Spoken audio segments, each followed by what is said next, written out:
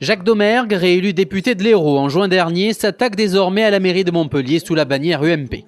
Et pour être élu, ce chirurgien de 54 ans multiplie les attaques contre la candidate socialiste.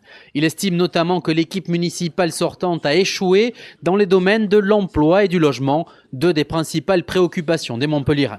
Autre enjeu de ce scrutin pour Jacques Domergue, mettre fin au système Frêche. Elle, c'est le côté sympathique.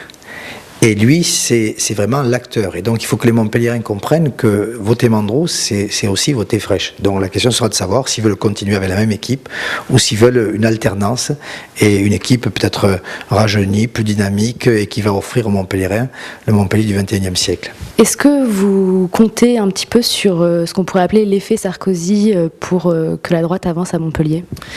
À Montpellier, Nicolas Sarkozy a fait 45%.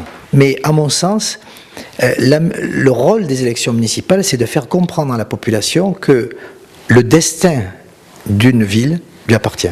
Comment l'ouverture peut-elle se faire ? Alors l'ouverture, on a déjà lancé des pistes et puis des personnalités qui nous ont rejoints. On a un syndicaliste qui nous a rejoints et qui prendra en charge la politique sociale. Je crois qu'il est compétent pour ça.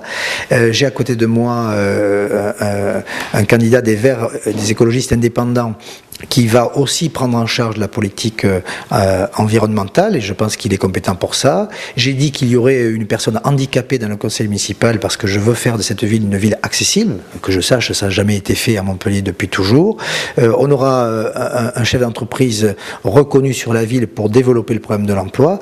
Je crois qu'une élection et une liste municipale, ce n'est pas que des équilibres politiques. C'est aussi ce qui doit refléter les quartiers, des hommes et des femmes de toute sensibilité, de toute confession, de toute couleur, qui reflètent la ville et qui la vivent au quotidien. C'est ça qui peut changer le quotidien des Montpelliérains.